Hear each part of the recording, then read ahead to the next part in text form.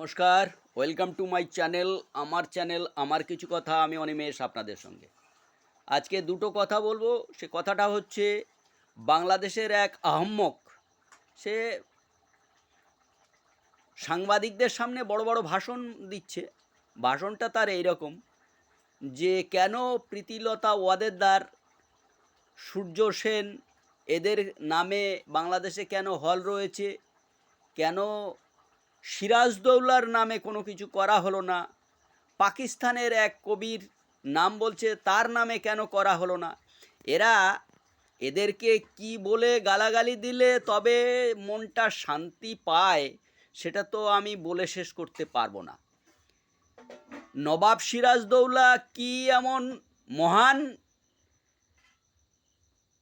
কাজ করেছে যে তার নামে না করার জন্য উনি মনে মনে খুবই কষ্ট পেয়েছেন?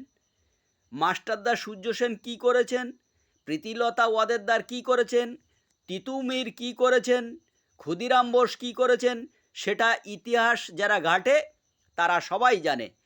এই মূর্খের মতন কথাবার্তা যারা বলে তাদেরকে ছুঁড়ে ফেলে দেওয়া উচিত। তাদের বক্তব্য কেন পরিবেশন করা হয় এটাই তো আমার মাথায় আসে না। আমার মতামত যদি আপনাদের ভালো লাগে তাহলে আপনারা কমেন্ট করে জানাবেন এবং লাইক করবেন, শেয়ার করবেন। ধন্যবাদ।